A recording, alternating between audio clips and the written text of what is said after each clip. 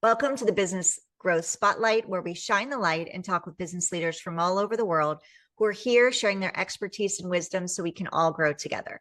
I'm your host, Heidi Schalk, co-founder of HLH Growth Solutions, where we help businesses scale through outside-of-the-box visibility and automation strategies. If you're new to our podcast, welcome. We're excited to have you here today. You're going to love my guest. We're going to dive into some fun stuff and business growth talk. So without further ado, let me introduce all of you to Dr. Adam Cubbage. Welcome, Dr. Adam, to the show. Hi, thank you so much for having me. I am really excited to be here.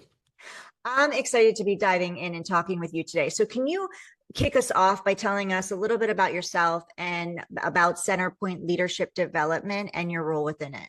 Yeah, so Dr. Adam Cubbage, I'm the founder and principal consultant with CenterPoint Leadership Development. And I work with the business owners, executives, and HR leaders who are tired of the one-off training programs that don't actually change anything. My background is first in the military. I did a decade in the Army, deployed twice. That's where I learned a lot of my kind of discipline and institutional knowledge. And then nearly a decade in the private sector.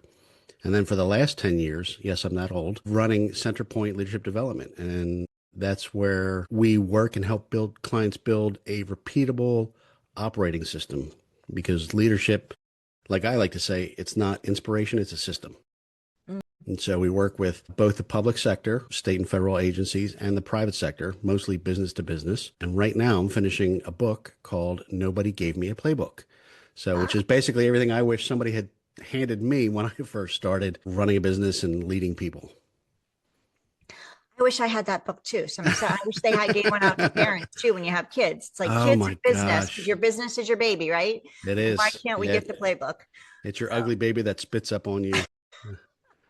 Absolutely. Yeah. So Adam, can you tell us CenterPoint Leadership Development? What is that big transformation, that solution or the problem that you solve for growing businesses that they struggle to fix on their own? Yeah, so the problem is most leadership training, most organizations hire leadership training or professional development, training and development, learning and development. They call it so many things, but it's really the same thing. And they spend billions of dollars annually for somebody to come in and do a one-off, one-day, feel-good event that changes nothing. And so what I have found is that they're buying these events, not really systems. And that's the gap between what organizations invest in and where they actually want to get. And that's what we do.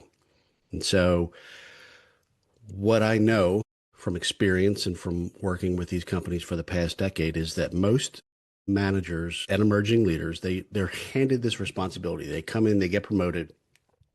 They've been great individual contributors, but they've got no real operating framework. And so they're trying to figure it out by trial and error, leading their teams, getting results, and they mimic whoever they've worked for in the past, good or bad. And I think for most of us, we've experience of having bad managers in the past. And so the experience they have is based on that, and they wind up burning out or plateauing. And so the military gave me something that the corporate world rarely does, right? It gives a structured, repeatable system for leading under pressure. And that shapes everything that I build now for clients. Fantastic. So you work closely with leadership teams. What's the most common blind spot that you're seeing in companies that are trying to scale? That's a great question. I think the blind spots are what got you here won't get you there, right? From a personal standpoint, people think if I just do more of what got me promoted, taking stuff over, micromanaging, whatever it is, that will be successful for the future. And it doesn't work. You've got to promote yourself mentally to be in the new space, especially for the business owners, the entrepreneurs listening to this. They're the cookie, the baker, the candlestick maker, the chief bottle washer, and everything. And as they're trying to scale and grow, they have to learn when to let go of certain tasks, responsibilities, and then operate at their highest and best use. And that's kind of the struggle figuring that out is, what is my highest and best use in this position? And then organizationally, it's not adjusting or adapting to the new technologies. For example, AI. There are people who are still organizationally putting their heads in the sand, hoping that AI goes away or it just doesn't, become anything meaningful. And I always laugh and I equate it to, Jim Cramer back in the late 90s when he said, "Oh, the internet's not a real thing and it's going to go away." And it's like, right now, AI wise, we're at the pre-dot-com bust, right? That's my take on it. For those that may be too young to remember what Heidi and I experienced is, in the late 90s, early 2000s, there was all these companies coming up, with the dot-com this and dot-com that, because the internet was such a novelty and they were playing Right. with it like a toy. That imploded, but the ones that survived and thrived were the ones that recognized the true potential of what the internet would give their business. And it's the same thing with AI. There's a lot of potential there that can help you streamline processes and be successful. And then there's others that are just making caricatures of themselves or silly videos and think that's all that AI is. And it's so Mhm. much more. Yeah, Adam, you make a really couple of great, amazing points in that response. And the first one is that what got you here won't get you there. And that works with revenue too when it comes to business. What got you your first six figures isn't going to get you to a million. What gets you Right. to a million isn't going to get you to 5 million. What got you to 5 million isn't going to get you to the next. And Yeah. so it's really important that we're constantly evolving and we're up leveling. And that comes along with getting out of our comfort zone because when you're once you're comfortable with the six figures, then it's like, okay, Yeah. well, now I got to get uncomfortable again if I want to hit that next mark. And then I got to get uncomfortable here. And now I got to get uncomfortable again. And you brought up AI, which I was wanting to talk about that. We talk about that on every episode because, like you said, you can either put your head in the sand, but it's not going anywhere like the internet. Right. Back in the day when that hit big, and said people were crazy for going in on the internet, and those Hmm. people that went in early and dove into it and created those brands and those businesses, they're worth, you think about Gary Vaynerchuk, right? Hmm. And Gary V. Yeah. VaynerMedia, he didn't start with VaynerMedia. He started with a wine company that That's his right. dad had, and he took it online, and everybody thought he was crazy. And that's really what got him on the map. And then he continued from there. So what started off as a little mom and pop wine company blew up into a massive conglomerate. And then now he runs a media company and he's Exactly. sitting touring and speaking all over the world. So when it comes to AI, there are, everybody knows the chat GPT and we can use it for the basic, things. And then there's, basically whatever you want to do, you can find some form of AI now that does it. And it's always Hmm. getting better. 6 months ago, what it looked like is nothing like AI now. It's 2 months from crazy. now, Yeah. it's going to be, better than it is today. So, how are you utilizing AI in your business? So I like to break my business down into kind of three buckets. There's the Mm, sales and marketing. There's the operational side, the front office and back office. And then there's the back side, the finance and accounting. And I use different AI tools for each of those. And so for the marketing and sales, different tools help me create marketing material outreach a lot faster, mm, right? And there are a good couple of AI tools that do cold email outreach. And I even saw earlier this week, they're now developing these AI tools that are basically calling using the live voice calling. And it mm, tells you up front, "Hi, I'm an AI agent, but I'd like to talk to you about XYZ." So that's phenomenal that they're moving in that direction. So there's tools for that. There's tools for the operational side, the client facing side. I use that a lot for developing specific material for the different behavior styles, personalities, insights for each of the individuals that I work with on the teams at organizations. But then there's also the backside stuff where I've automated so many of my processes. It mm. just takes so much of that nug work off of my plate. It frees me up to do, work at my highest and best use. And then there's the finance and accounting side, right? You've got to get business in, you've got to perform really well, right? And then you got to keep the money. And that's the finance and accounting. And there are other tools that are emerging that allow you to do that, that allow you to automatically collect a payment, puts it in your bank accounts, plural, separates the money, savings, checking, investments, and keeps you on track. It itemizes your expenses, lets you do all those things. So come tax season, which we're in the throes of it right now. I was fortunate. I automated my stuff last year. My taxes were finished in early February, Wow. right? Not because of anything I did, but because I adopted these automation pieces, right? So it's everywhere. It's little pieces everywhere. People think, or they can mistakenly think there's a one size fits all. I use ChatGPT for everything. Well, that's silliness, right? It just, where can you get the most leverage? Where do you need to get the most leverage? Find or create the tool that's there and then keep going. And if you're using ChatGPT, I'll use it and then I'll go to another platform and I'll see Mhm. what that one says. And I think that's a really good idea because they're good for different things. There's They are. platforms out there that are better at graphics, there's platforms out there that are better at written content.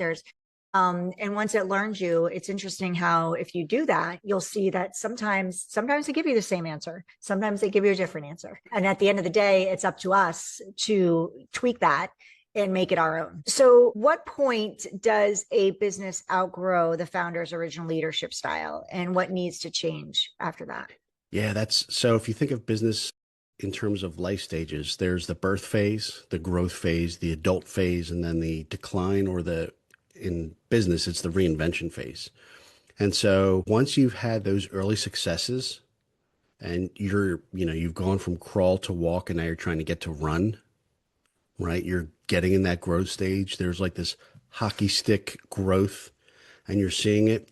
That's when it outgrows the original founder's capacity, right? And they know like, well, I need to start hiring people and they want to bring in people who are like-minded and like-skilled, and that can be a trap because what they're looking for is somebody like themselves. And again, what got you here won't get you there. You need people with diverse backgrounds, skills, expertise, ways of looking at challenges, ways of looking for opportunities that are going to challenge you.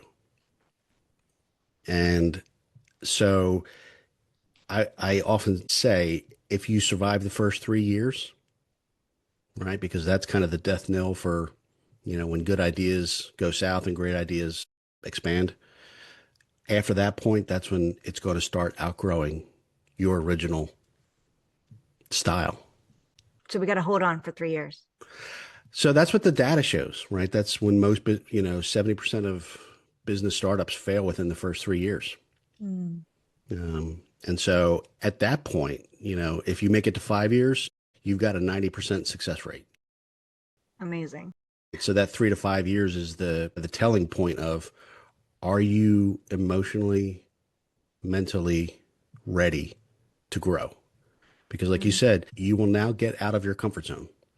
You will now have to learn things you never thought about learning. You will have to relinquish control of certain things in order for you to promote yourself mentally, to grow, to get into those spaces where at first you may have felt imposter syndrome. You may not feel like you should be in that room, and you absolutely should. And mm. then, it's crazy when you walk up to an established business and say, here's my product or service. It's, $50,000. And they're like, when can you start? You're like, oh my God, it was that easy? Well, no, it wasn't that easy. You spent 3 to 5 years in the Warming trend, yourself up for that. right? So, what separates companies that plateau from those that break through into sustained growth? That's a good question. I, th- I think it's just the ability to keep pushing forward, right? And not letting those setbacks, those challenges stop you. All of us have experienced them, whether it was the recession in 2009 or the mass layoffs in 12 or whatever, and then COVID, all of these things. If you look around, you'll see businesses that have survived these things and come out better on the other side. And in large part, it's because they made the conscious decision to just push through it and keep adjusting, keep adapting. It's when Mm, you become too rigid and you really believe, my product or service is the best in the world and everybody's stupid if they don't think they want it. And then you double down on that and you're not seeing the needle move. You're not seeing the sales. You're not seeing people adjust or change, adopt your product or service. And that refusal to adapt really kind of cements your downturn. So if you had to audit a business in 30 minutes, what 2 to 3 signals would immediately tell you whether it's set up to scale? Ooh, that's it. Yeah. So the first thing is depth, right? If you have a critical dependency and you're one person deep in that area, that tells me you are one lottery ticket away or one bad step off the sidewalk away from your business not recovering. So you need to have depth. The second thing is systems, right? If everything exists in your head and you're the only person with the secret recipe, then again, people aren't going to be able to execute on that vision. And then the last thing is, what are you doing to address your biggest need? So like I said earlier, you either have to find the business, that's the sales and marketing. You've got to do the business great, that's the front office and back office. And you've got to keep that money in, which is the finance and accounting. I'll look and see where their biggest gap is and what they're doing to address it. If they're just ignoring it, then that's a quick signal that you're going to fail soon. So earlier, Adam, you mentioned when we were talking about AI, you mentioned like cold outreach, cold email outreach, and there's automated systems. How are you finding your clients marketing wise, visibility wise? I know you're on this podcast, so obviously you do podcasts, but what are some of the things that you've dove into that have created that awareness in clients for you in your business? And then on the flip side, what are some things that you really thought were going to get you you're going to get a great result and it just didn't get you that ROI or result that you had hoped for? Ooh, really good questions.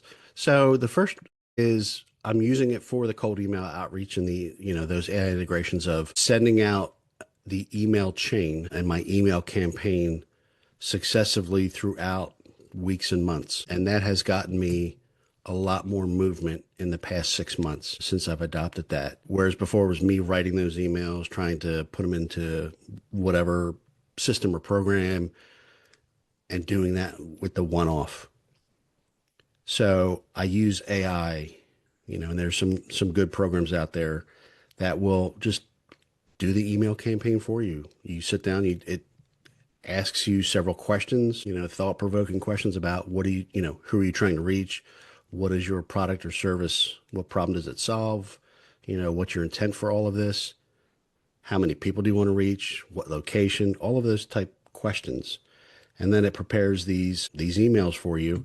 And that's, side note, you've got to be okay with like the minimum viable product, right? A lot of times I would get into my own head and want to have the best, most perfect email go out each and every time. And that's a time suck. That's not your highest and best use.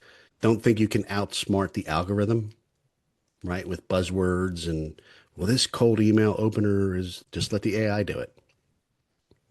What I thought would show a lot of progress and really hasn't is for me, the social media stuff, right? And I don't blame it on the AI. It's just my use of it so far hasn't been great. Trying to grow the different social media channels, right? I've started on LinkedIn. I've been on LinkedIn for well over 15 years, growing my following in the last 10, doing all those deliberate things, trying to expand into Instagram and some of those other spaces. And it's just not having the traction. And that's okay, right? That's the trial and error. Yeah. And then, like you said, it's testing. Everything's testing, whether you're sending a cold email, whether you're on podcasts with your call to action, that's testing. Whether it's, for those of you watching me, there's a fly in here because my doors are open because my dogs come and go and I can't use my office with the, and I don't usually have this problem, but the fly is deciding it likes me. So if you're watching us on YouTube, you see me waving a fly around. I just wanted to call that forward. But so like we said, it's all testing. We do social media campaigns for some of our clients and we've seen it's gotten harder to get the reach that it used to have. And I think because the platforms, their goal is to make revenue. So the organic outreach isn't as what it used to be for sure. Yeah, we're seeing with some clients, we do social media content for some of our clients, and we're seeing that has gotten harder. LinkedIn has changed. Like, it used to be really easy to grow your network, or simpler, not necessarily easy, Right. but simpler. And now it's definitely more challenging. More people have come on to the space, I would say, in the last 2 years. So it's grown a lot. So there's a lot more noise out there.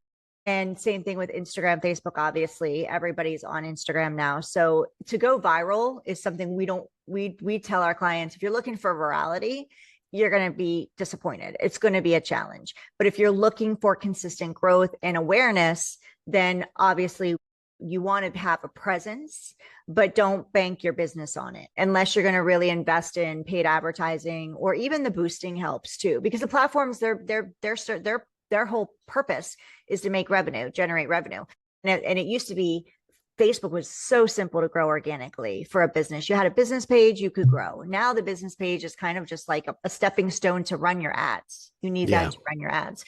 So yeah, I hear what you're saying with the social media, because we're seeing that too. But you get to have a presence there. And founder-led marketing, are you seeing more of a rise since you're in this space heavily in founder-led marketing compared to that type of marketing before with businesses? I'm seeing more of it, but I don't have a benchmark to tell me if it's more or less. Okay. But it definitely does seem like the more authentic, natural, founder-led stuff pops up more on my For You page than promoted, paid for, boosted advertisements. Yeah. So what has been your biggest challenge in your growth for your business, and how did you overcome it? Yeah.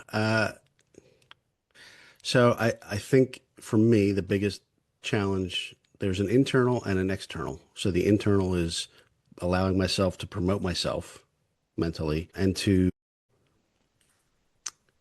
really be able to step in and, the owner and principal of a five-figure business is different than the principal and owner of a six-figure business, is drastically different than the principal and owner of a seven-figure business. And I don't, I haven't changed. I'll say success, for better or worse, hasn't changed me, but it's changed the way how I look at and think about things and what I do and where I spend my time. And the way I've gotten over that, for me, it's been having a trusted advisor, finding that coach, that mentor that can really help me, and also understand that you're the average of the five people you spend the most time with.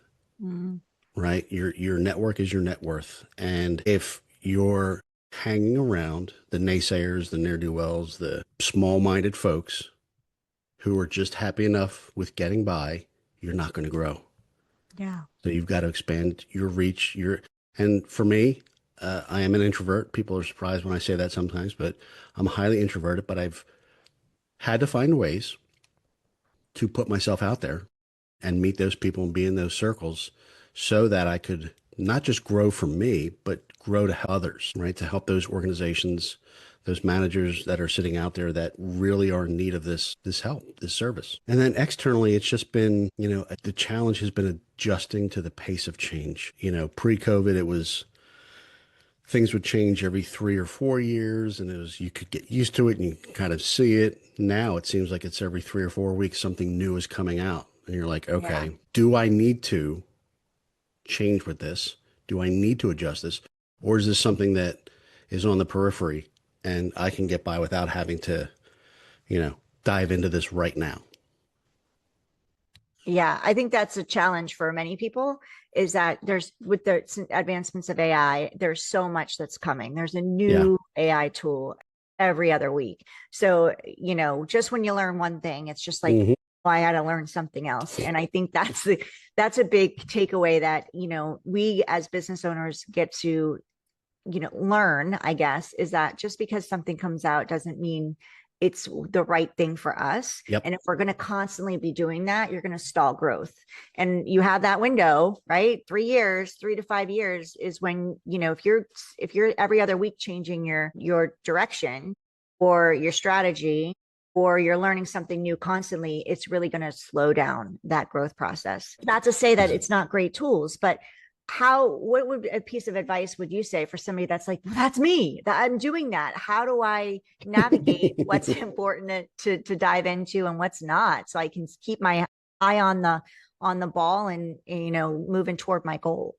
Ooh, so one of the techniques, one of the tools that I work with leaders is I give them the CORE method, Mhm. CORE. So it's capture, organize, reconcile, execute, right? And I do that every day. It's a 10-minute process that I go through, and it's capture, get it out of your head onto paper, brain dump every task, every commitment, every idea, every obligation without filter, without judgment. This is where, for the younger, more tech savvy folks, if you want to use AI tools, there's great tools for this. If you're old school and like pen to paper, you can do that too. But I'll tell you, nothing moves forward until it's been externalized, right? So your enemy here is that mental to-do list. That's just keep, ooh, I should do that, or ooh, new shiny object or new tool. It's exhausting, it's unreliable, and it keeps you in this reaction mode. So complete the external inventory in whatever format you use, right? The way to look at it is what's living in my head right now that I have not written down. That's the capture piece. Then you want to organize it.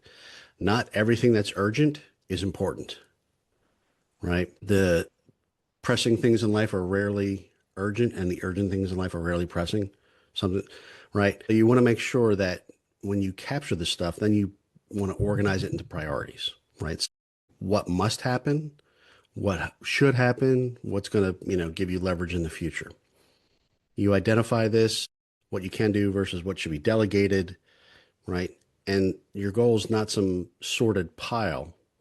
It's a ranked sequence of action, right? And so the question you ask yourself is, if I can only do three things today, what are the three most important things I need to do, right? And then you want to reconcile, right? Are you busy or are you moving the needle forward, right?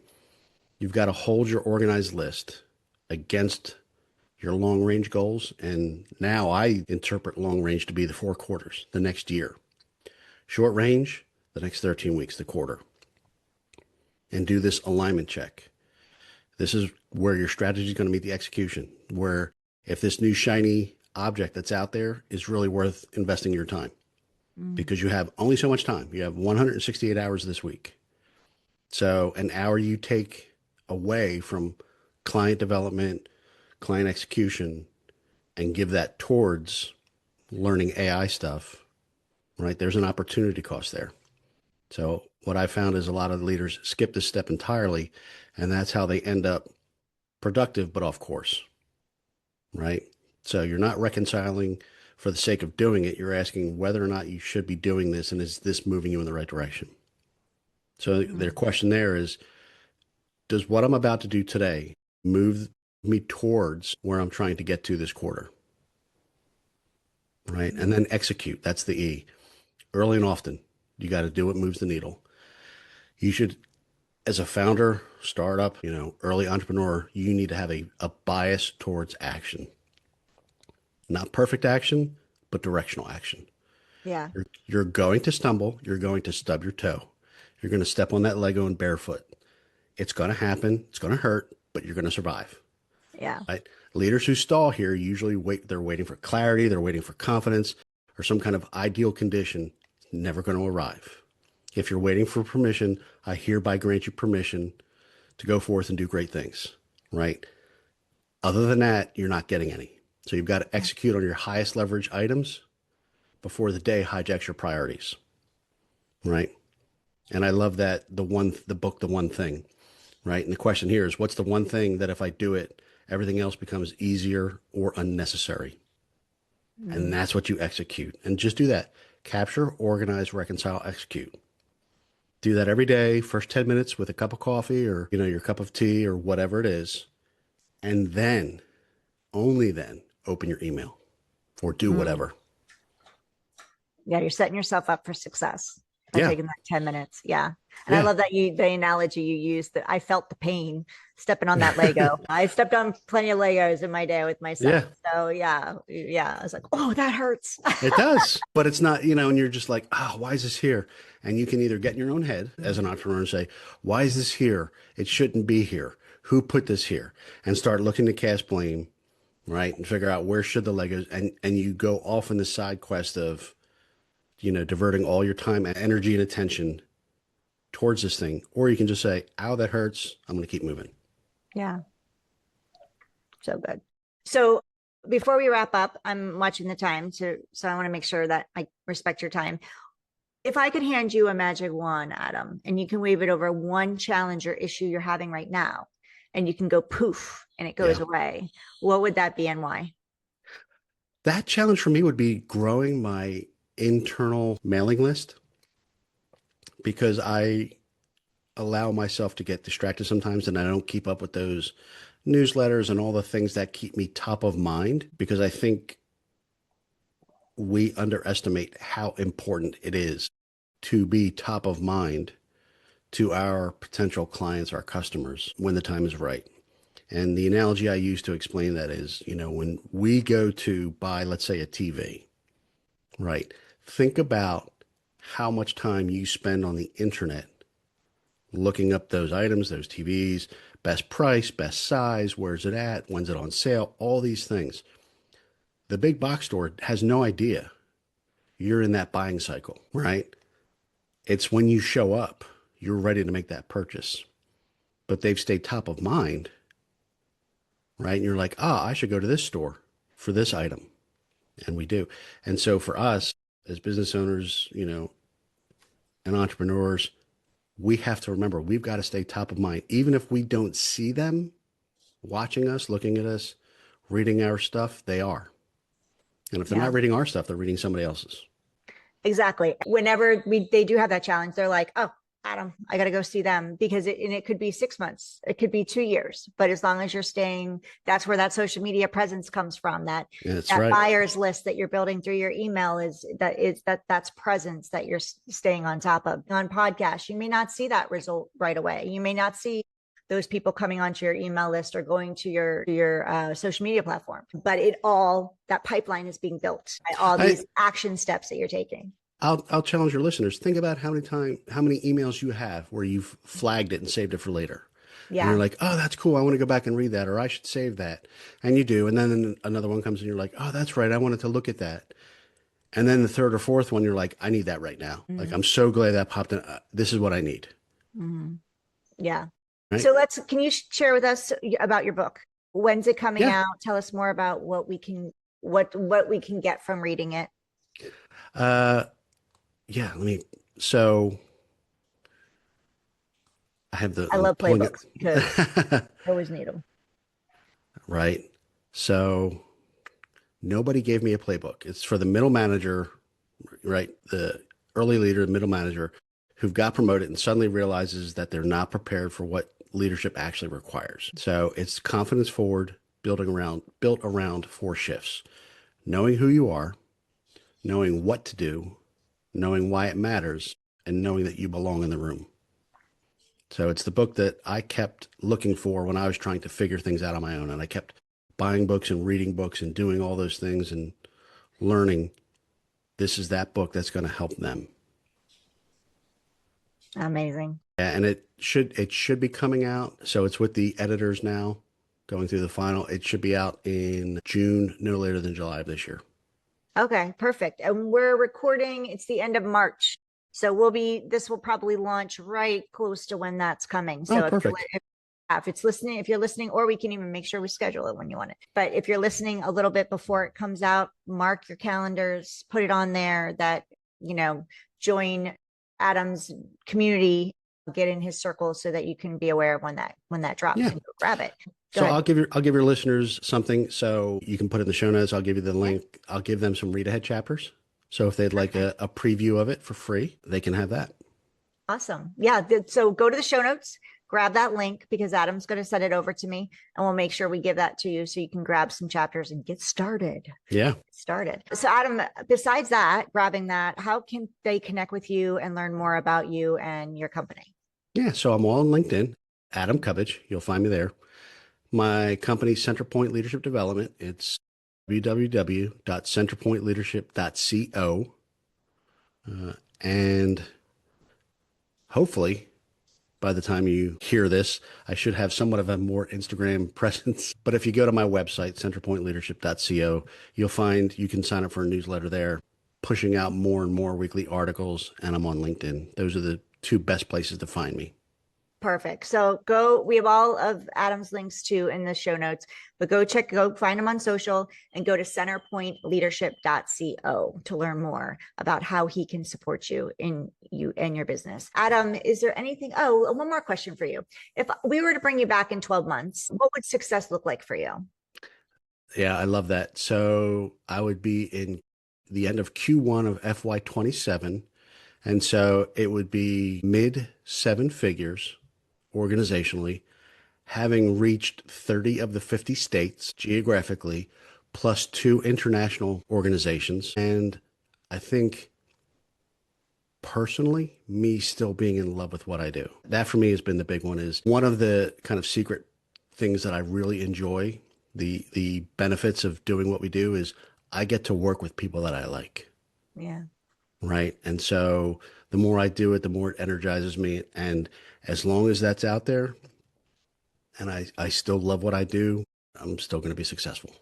Yeah. And you come across very passionate. So, Oh, thank you. And when you work with someone who supports you in your business, you want to hear that passion come through. It just makes everything more fun because it's already hard, right? Business can be hard. It is. There's moments that we're going to have those ups and there's moments we're going to have those downs. And to be working with somebody who's as passionate about as you come across as with what you do, it's really helpful and thank you. Yeah. So thank you. Make sure you all go connect with Dr. Adam Cubbage. Go to CenterPoint. What is it? CenterPointleadership.co. I have it right here now. CenterPointleadership.co. Also go check the show notes. Go grab those few chapters of his book, of the Playbook. You're going to want to get that. Adam, before I let you go, is there anything that you'd like to share or say that I didn't get to ask you or we didn't touch on today? Simplicity wins, and just keep pushing forward. You're going to get there. You're going to get there. Keep driving on. Keep believing in yourself, even when everyone else doesn't. By virtue of the fact that you're listening to this podcast means you're not doom scrolling and you're not wasting time. For Heidi and I, when we grew up, it was the boob tube, right? What we called it, the television. There was people who would have their whole day lined up by watching TV. And then there's those who are actually living life. Today, there's those that spend 4, 5, 6 hours scrolling social media. And then there's you all who are building something for the future. So keep doing that. Yeah.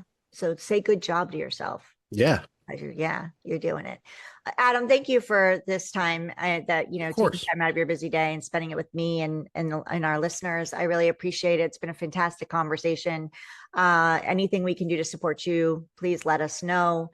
If you're watching us on YouTube, we say hello. Thank you for watching, and drop a note below for Adam and let him know you're here. If you know of anybody that would benefit from this conversation and hearing what Dr. Adam has to say and about his company, please share this. This is how, like he shared, a lot of businesses fail between 3 and 5 years. You got to make it. You want to make it to that 5-year point. And people struggle. They need support. And so please sharing this episode, and Dr. Adam here and his knowledge is going to support those people. Please do it. If you're listening to us on your favorite podcast platform, thank you. If you're so inclined to leave a review, we'd love it, preferably 5 stars. That helps the platform push out this episode as well as the podcast to support businesses in their growth. So we would love that share if you can. Thank you again, Adam, for being here. Of course. Thank you for having me. Absolutely. We'd love to have you back in a year, see how things are going. Thank you all for listening. And I look forward to seeing you all on the next episode of the Business Growth Spotlights.